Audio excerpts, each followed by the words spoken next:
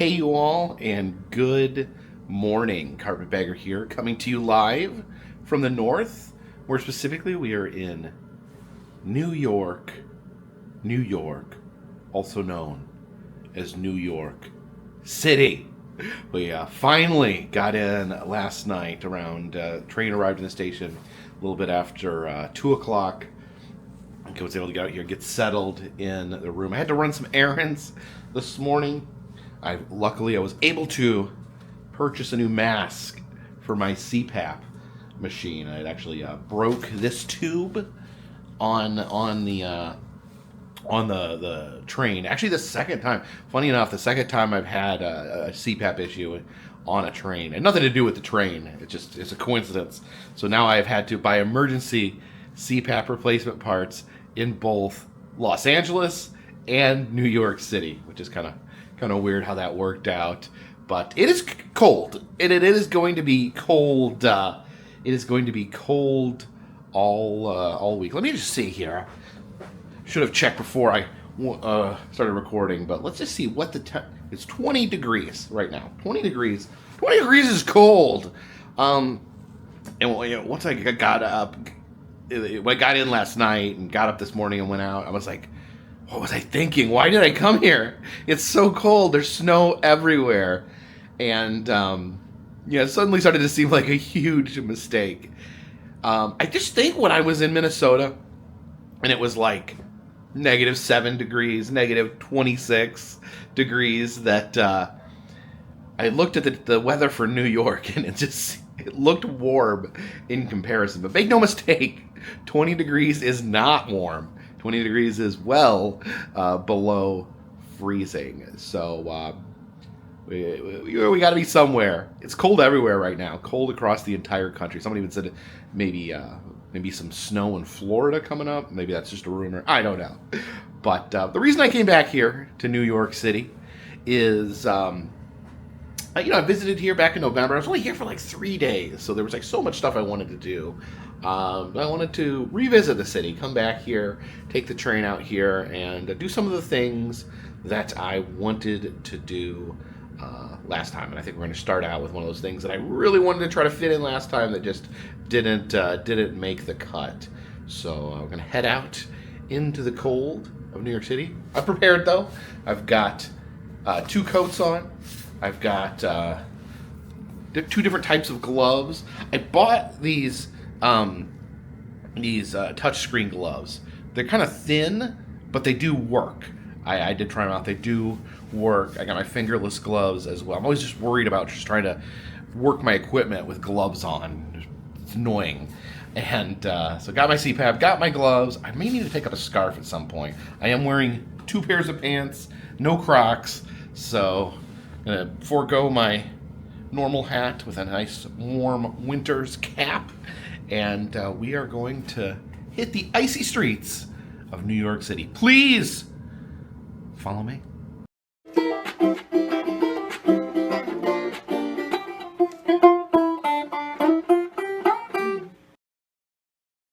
Of course, one thing I love about New York City is you can pretty much get anywhere without a car. You can use the subways to take you pretty much anywhere you need to be in the city. Hello. So we're actually walking back to Penn Station from whence we arrived. We're gonna take a subway to where we're trying to go. And there it is, Madison Square Garden. Of course, part of Penn Station is underneath there. I guess that's where we need to be to catch our train. So apparently Penn Station is short for Pennsylvania Station.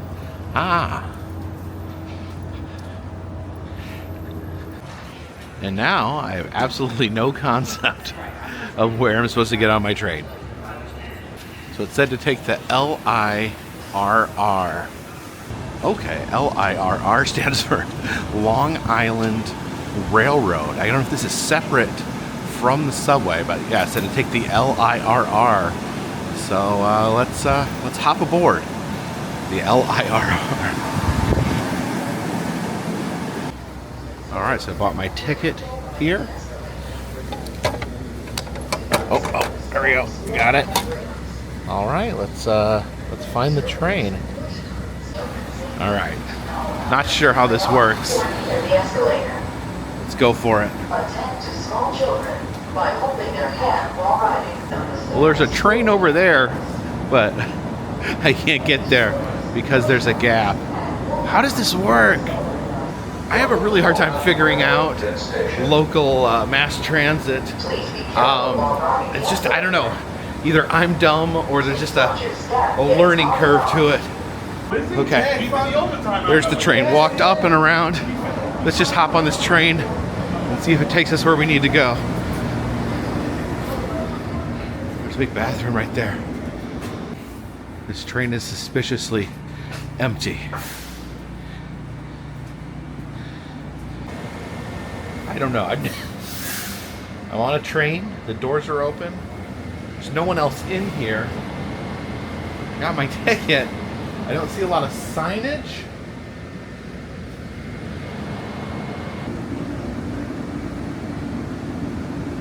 Okay. According to Google Maps, well, there's a train. According to Google Maps, the train is supposed to leave in 28 minutes. So I guess I'm just early. All right, so I'm gonna see if I can find someone to ask. So I spoke to a gentleman down there inside the train. He said he didn't know which train I needed to be on. He said he just cleans the train. He said to go up and ask someone up here. Okay, here's some info. It says 221. That's our train, the red one. It doesn't say what track it's going to be on though. That would definitely be helpful to know what track it's going to be on. Here's the customer service to see if they can just explain to me how this train works. Okay, simple enough. Showed them my ticket. They said go to track 16. We're getting there. All right, we'll take this elevator down to track 16.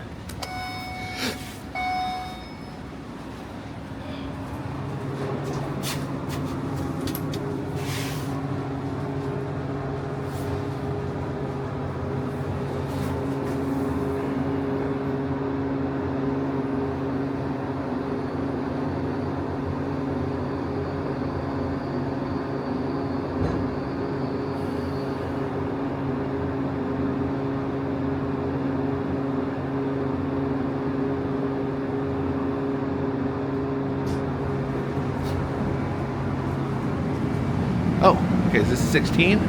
That means that this is our train. Just another episode of Jacob trying really hard to do everyday tasks. And we are moving. Yep, already back on a train. Not much of a view out the window. Seems we are subterranean.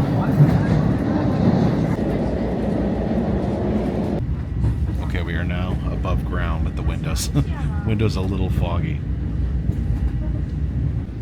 Okay, this is our stop.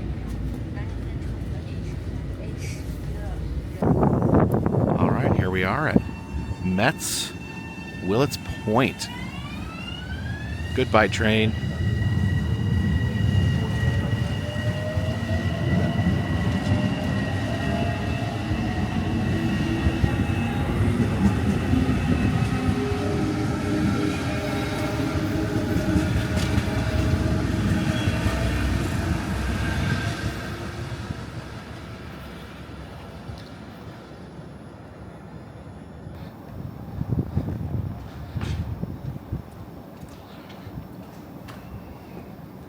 There is Citi Field. I believe that is where the New York Mets play their baseball games. We've come out here to Flushing Meadows. I just remember on The Simpsons, Homer had a dream that he was in Flushing Meadows because he had to go to the bathroom so bad, and it was just a bunch of flushing toilets. But that's not why I'm here. Right now, Flushing Meadows is flush with snow. There's a lot of snow here. Okay, looks like there is a pathway to get around the snow.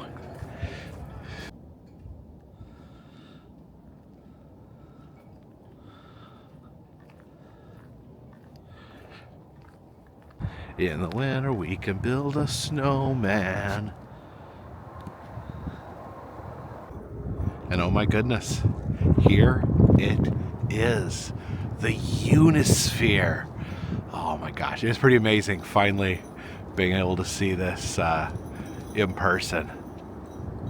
So yes, the Unisphere, the icon for the 1964 World's Fair that took place here in New York on these grounds. Now, we've seen some other icons on the channel, such as the from the Knoxville World's Fair, the Sun Sphere, the Space Needle in Seattle from the Seattle World's Fair, the Tower of Americas in San Antonio, from the San Antonio World's Fair, and hopefully be seeing the Eiffel Tower from the Paris World's Fair. The World's Fair has created such wonderful icons, and this is the first time I've been out here to see this one.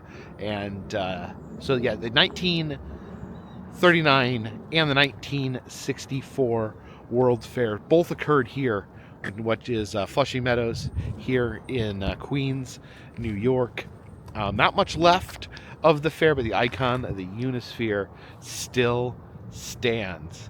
Now, I've talked about my love for World's Fairs in the past, and I've always talked about one of my favorite being the 1893 World's Fair in Chicago.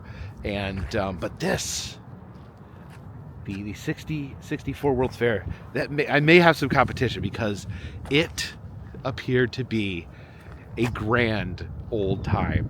Now, one of the things that makes the 1964 New York World's Fair so spectacular is the inclusion of Walt Disney. Now, there's a great video over on the Defunct Land YouTube channel that talks all about Walt Disney's involvement in the 64 World's Fair. But it came down to this. The people running the fair, they did not want a midway. They did not want like the zipper sitting over there. They don't want the scrambler, the tilt-a-whirl out here. They wanted something cutting edge, something that would blow people's minds. So they went and hired Walt Disney to work on 4 different attractions for the 64 World's Fair. And all 4 of those attractions still exist in some form or another within the Disney parks. Now, one of these creations is none other than It's a Small World, the legendary and influential dark ride that is at both Disney parks. The original version debuted at the World's Fair here. Just imagine that, going to the fair. What's this fair thing? And just seeing that classic dark ride. And that song, the song, some people don't like the song. I love the song. I love It's a Small World. And they say because of the Disney parks and how they sit in different time zones and the hours that they run, that no matter what, somewhere in the world, that song is being sang right now. Maybe in Japan, maybe in Paris, Florida, California, somewhere that song is always being sung by an army of little dolls. And to me, that's a very comforting thought. It's actually considered one of the most played songs in the world. The second attraction, Great Moments with Mr. Lincoln, and that was a major deal at the time. The Lincoln animatronic was just set that audio animatronic technology, just set it full speed ahead.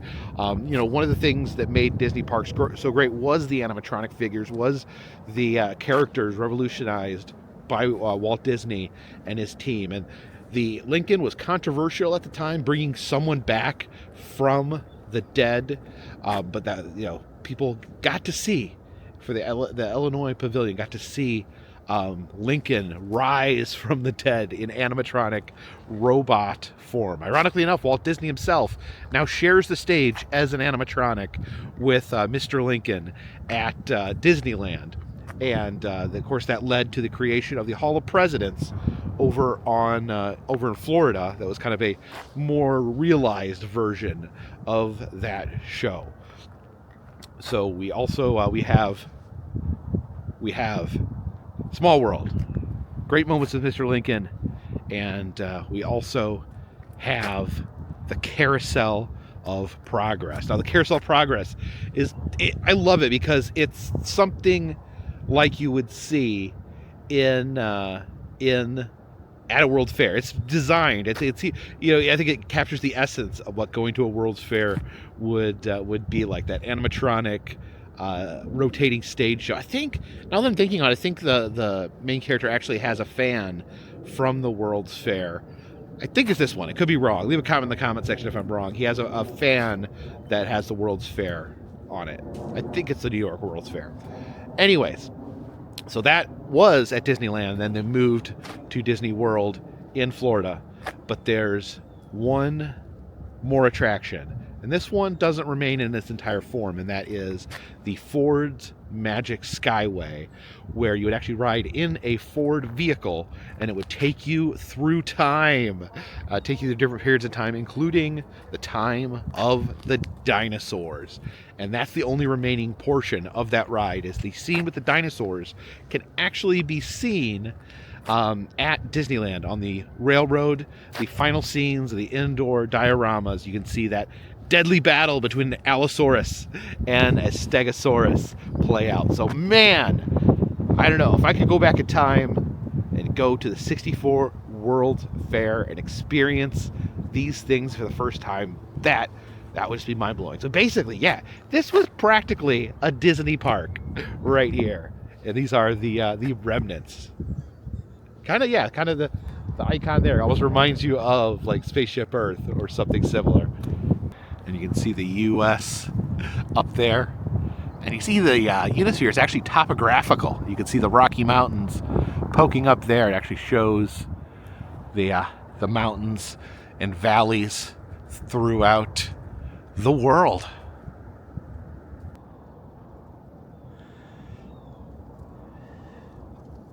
And this building over here used to be the New York City building. So this pavilion represented all things to do with the city here.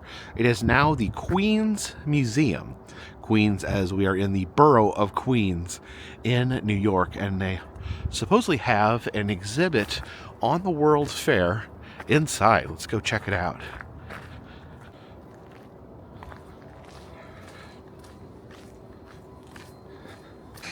Museum here free with a suggested donation of $8. And it looks like a portion of this museum is an art museum.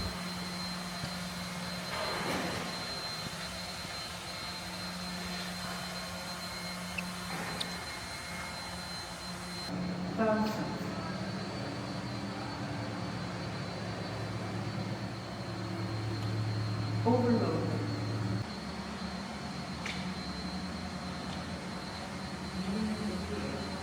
Some items here from the Shinnecock Indian tribe.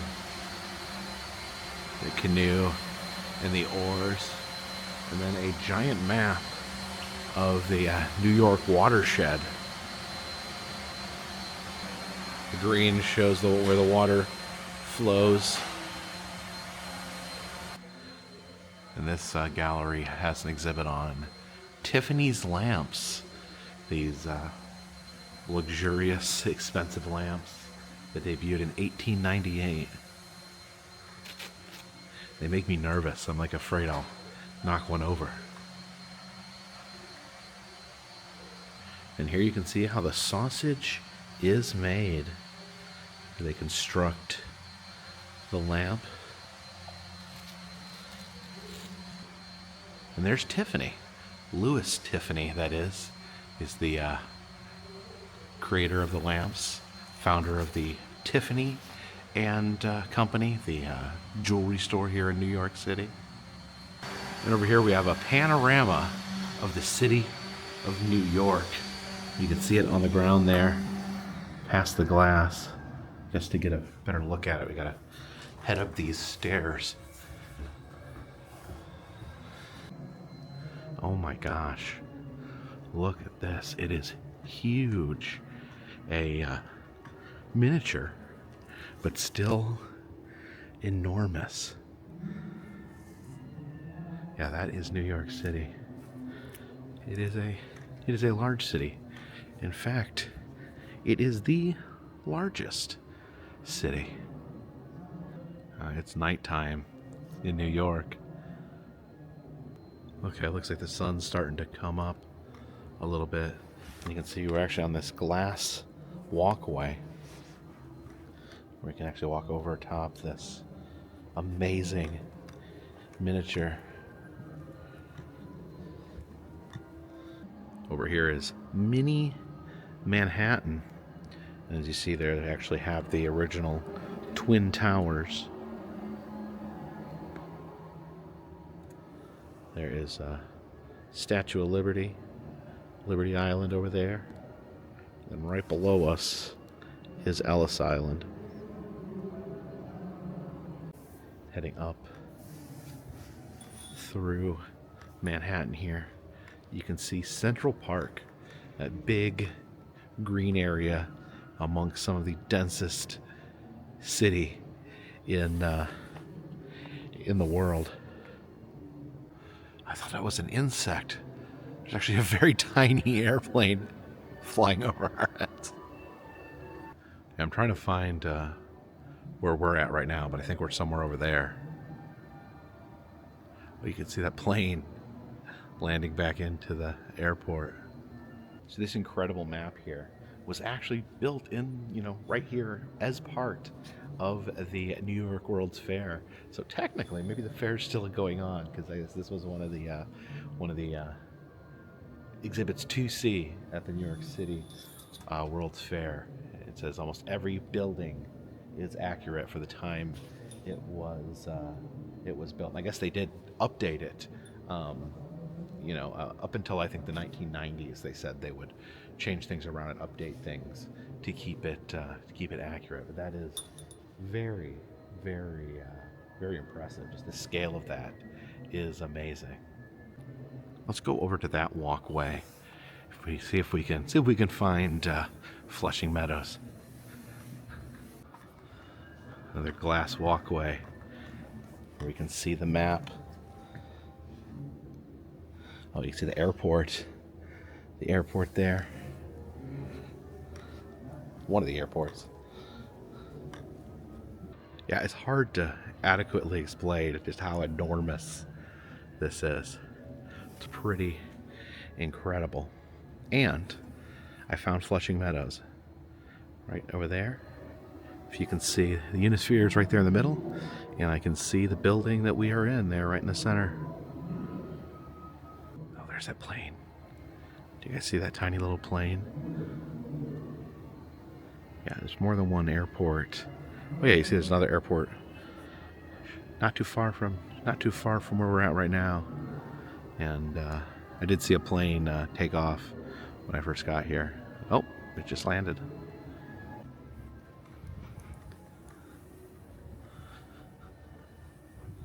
So we get to the highest point.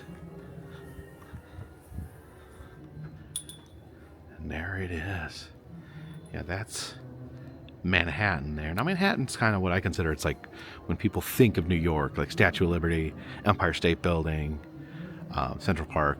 Most of those things are actually in Manhattan, but you can see how densely it is, how many skyscrapers there are. But New York is much larger than just Manhattan.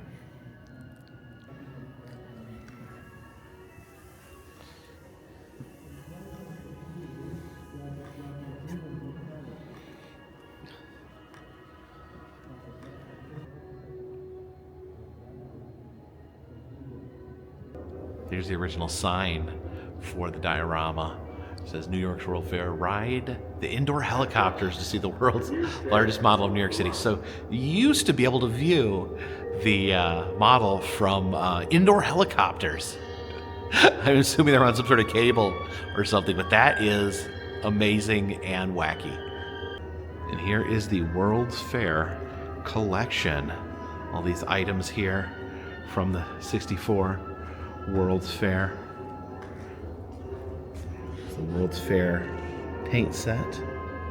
And who are these little guys here? These the mascots? And it says New York World's Fair. What are their names? Hey, you see them on the different merch here? Yeah, really fun. I need to get something with these guys on it. See the different versions of the Unisphere. Look at that Unisphere snow globe. You've got elephants holding the Unisphere. And a lot of fun. You have the Unisphere sunglasses. A wonderful collection of merchandise. It's collector's plates. See here, there's some replicas of some of the buildings and pavilions. Oh, it looks so amazing. I always say the 1893 World's Fair is my favorite, but man, I think this could maybe rival that. It's the Avenue of United Nations. They have the little figures, some different Polynesian items, some tikis. These are from the Vatican pavilion. The Vatican had their own pavilion. I guess as an independent country, they were entitled to have their own pavilion. We learned a lot about the Vatican at the Mall of America about a week ago. This bell says it's from West Virginia Day, April 29th, 1963. All right, from now on, every April 29th, I'm celebrating West Virginia Day. Some Florida items, including a plushy whale. It says that this is Miss World's Fair. Okay, this is the Ford Pavilion. This is where Walt Disney worked on the dark ride, where you traveled on a Ford vehicle, experiencing such things as dinosaurs. Here's a souvenir of a Greyhound bus driver. Oh, how the mighty have fallen. The little Greyhound vehicles. It's this avenue of transportation. So they must have had a whole section dedicated to transportation. And look at this pavilion. Almost looks like the moon. Oh, look at this. This is a Ferris wheel made into the world's largest tire, U.S. Royal Tires. So this was the Ferris wheel. Of course, the Ferris wheel debuted at the 1893 World's Fair. Here's the New York version of that. And something even crazier is that this still exists, not as a Ferris wheel, but the tire is on the side of the road in Detroit. I haven't filmed it because I can't figure out a way. It's like at a very busy place. There's not a lot of place to get off the road to even get a picture of it.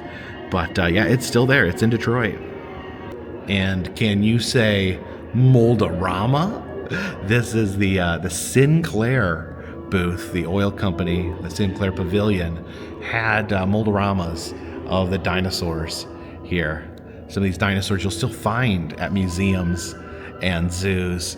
Yeah, the Moldoramas actually debuted just 2 years before this at the Seattle World's Fair, but in full force, especially at the Sinclair Dino Land, where they had their dinosaur exhibit.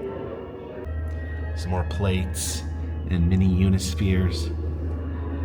Unisphere salt and pepper shakers. It says to go to the World's Fair, take downtown train to Grand Central, then follow blue arrows to World's Fair trains. Let's see the General Electric Progress Land Pavilion. I love all these little models of the different pavilions. This is Court of the States buildings. I do like these. There's a cane that turns into a seat. So these statues, uniforms. Oh yeah, there's some more Greyhound buses.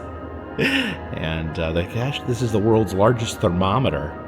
Of course, the world's largest thermometer is now in California, outside of Death Valley, in Baker, California.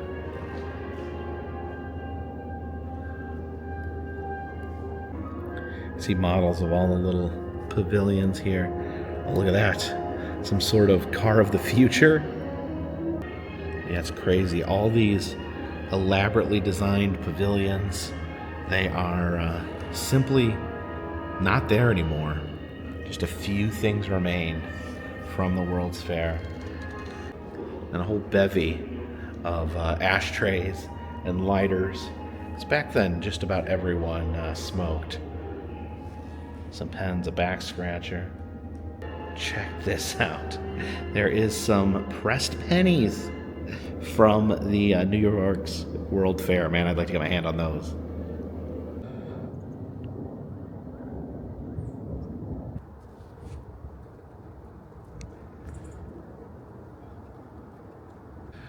Yeah, it's pretty remarkable how temporary the World's Fairs were treated. You know, in Chicago, they built an entire city, essentially, and just tore it down afterwards, because it's not meant to be permanent. It's meant to exist for, 2 years. And they did the same thing here. Just all those elaborate structures that we saw in the museum were built out here and then torn down. There is one pavilion over here remaining, and that is the New York State Pavilion. Of course, the building that now houses the Queens Museum is the New York City Pavilion, but this is the New York State Pavilion. You can see those towers right there, those very distinct towers. That actually was used in the film Men in Black. I think there was maybe a hit. This was a hidden spaceship of some sort. And if you go ride the Men in Black ride at Universal Studios Florida, they actually have these structures out in front of the building. I wanted to get just a closer look at this structure. Just a pretty amazing 1960s architecture. It looks like this building here being used as the Queen's Theater. Then you can see those towers right there. They're all covered in scaffolding right now. I don't know if that's to help them do repairs or just to stabilize it.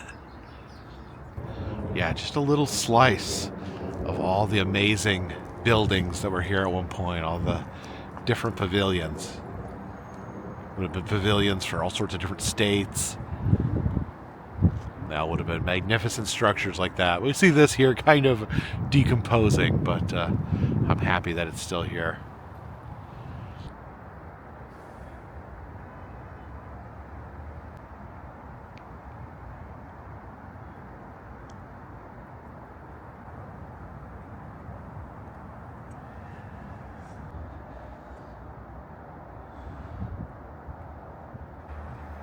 Over here is the site of the Vatican Pavilion. The building is gone, but you can see the memorial there to the Vatican Pavilion.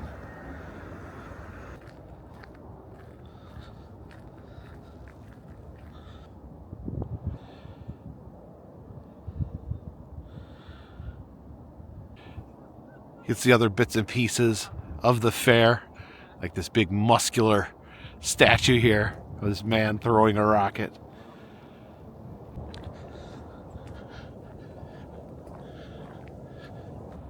It says this is New York City's parks retired playground animals. So I guess different animals from the parks that kids play on are eventually retired, and when they retire they're sent here to Flushing Meadows.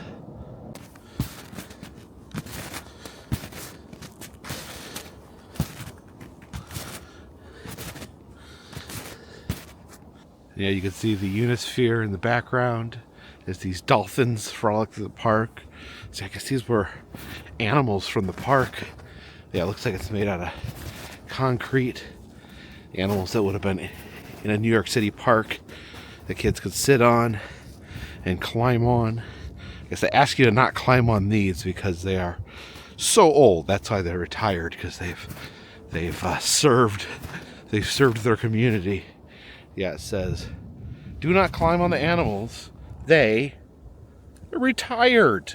These aren't working animals. Give them a break. Another dolphin you can sit on the back of. Let's see what other animals have been retired to Flushing Meadows. Oh yeah, look at this elephant here. Very, very old concrete elephant. You can see most of his paint has chipped off over the years. Got camel. It's fun to sit on the camel's humps, but this camel is long retired. The good thing about concrete camels is they don't bite. But be careful, you can fall and split your head open on one. And then we have a little frog peeking out from the snow there. And a, looks like maybe an anteater.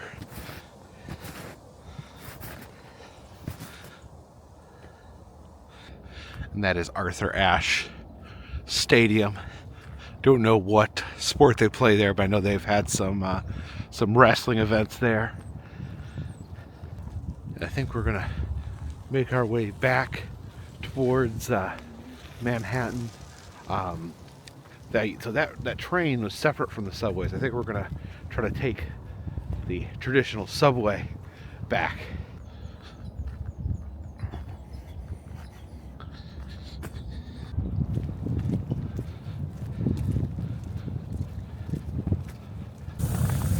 All these subway trains resting out here.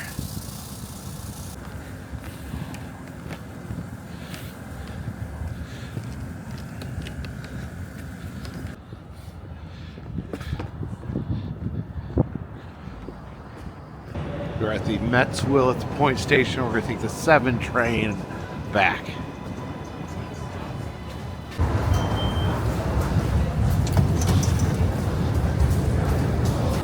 Hudson Yards. Approaching the station, please stand away from the platform edge. Here's our train. Here's the 7 train.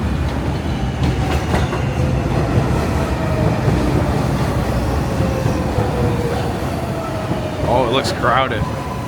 Oh, look at that. So many people on that train.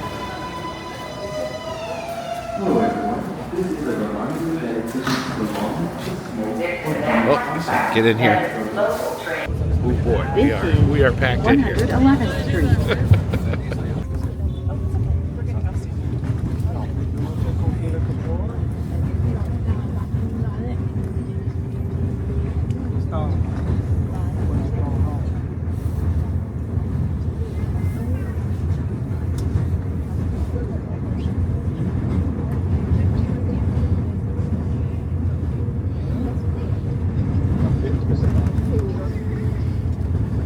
This is 82nd Street, Jackson Heights. Transfer is available to the Q33 bus to LaGuardia.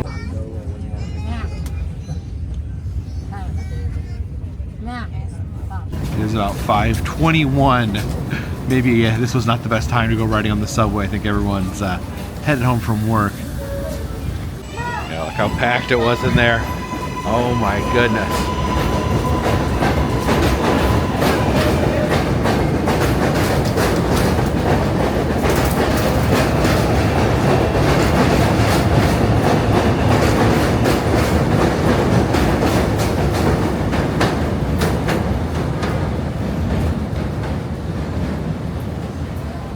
Now we're looking for the F train.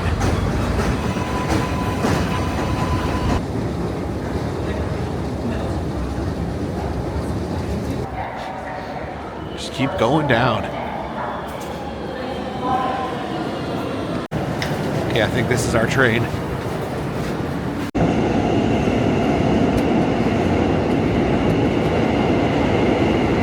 There's a little more elbow room on this train.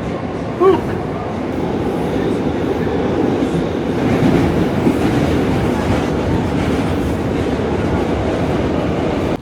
That train was starting to fill up before I got off.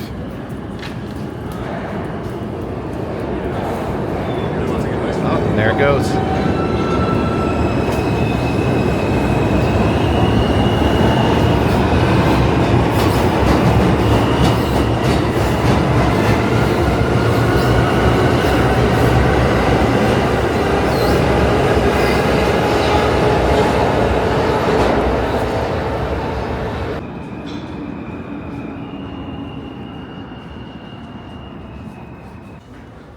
And we rise from our subterranean hole.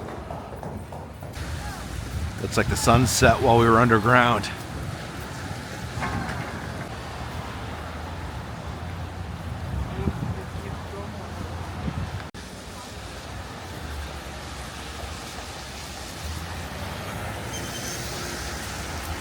Came down here to Katz Delicatessen. Now, one of my favorite things to eat when I am in New York City is the New York Deli sandwiches. One of my favorite things in the entire world to eat. And I've came down here, it was done years ago, but stopped by here, and this is probably the best sandwich I've had. I've not been to every delicatessen, but as far as my personal experience, this is the best, one of the best sandwiches I've ever had in my life. It's also noteworthy that this is the deli featured in When Harry Met Sally, where that infamous scene took place.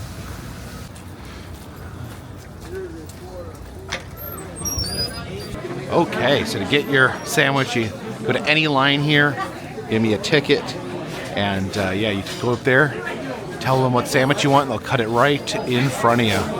So there's a little sample of the pastrami there. Oh, my heart weeps.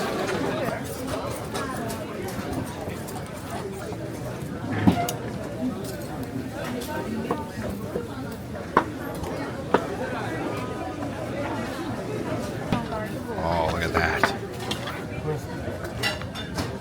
And you go down to the separate line here to get drinks. Okay, so I got my sandwich and my drink. They actually said, right, everything is, you just hand out your card, they add everything to that, and then you said you pay when you're finished eating. And oh my gosh, I am so excited about that. It's been probably over 10 years since I've been here. And so that's the pastrami. Look how red and delicious it is. They cut it fresh right in front of you. This is not lunch meat here. This is chunks of meat. I get it with no cheese, kind of the traditional Jewish deli way. No cheese, just mustard, bread, and meat. And then got some pickles here as well. Now, if I remember correctly, I don't think I care for the pickles. Okay. They're salt pickles. They're not dill pickles. So it really is more. Basically, just tastes like a cucumber, like a little bit of salt on a cucumber. But no time for pickles because we got to get in to this sandwich. I am so excited. Look at that. It's been a while since I've been this genuinely excited to eat a sandwich. Look at that, just stacks upon stacks of meat. And it's about $29, about $30 for the sandwich, but as you can see, it's a whole meal there inside that sandwich. Oh my gosh, the meat's just falling out.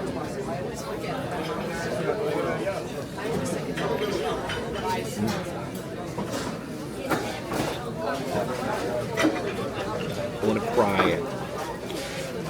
One of my absolute favorite things to eat in the entire world. Like I said, I've not been to all the delis like this, but this is the best one I've ever had personally.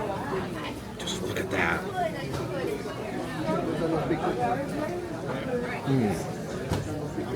I cannot tell you how good that is. I'm going to want to come back here all week. Some famous people here on the wall next to me. Oh, look at that. That's a Vigoda.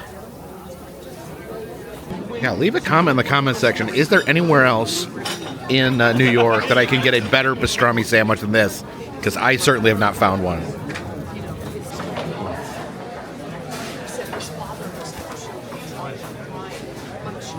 A little extra mustard. A little extra mustard on that.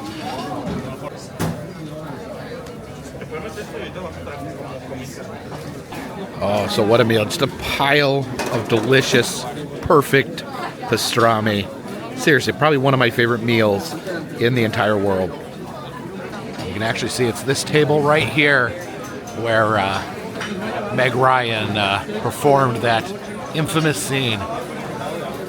I'll have what she's having. Oh, look at all the salami here. The mail order department. Send a salami. You can mail salamis from here. You can even send a salami to your boy in the army.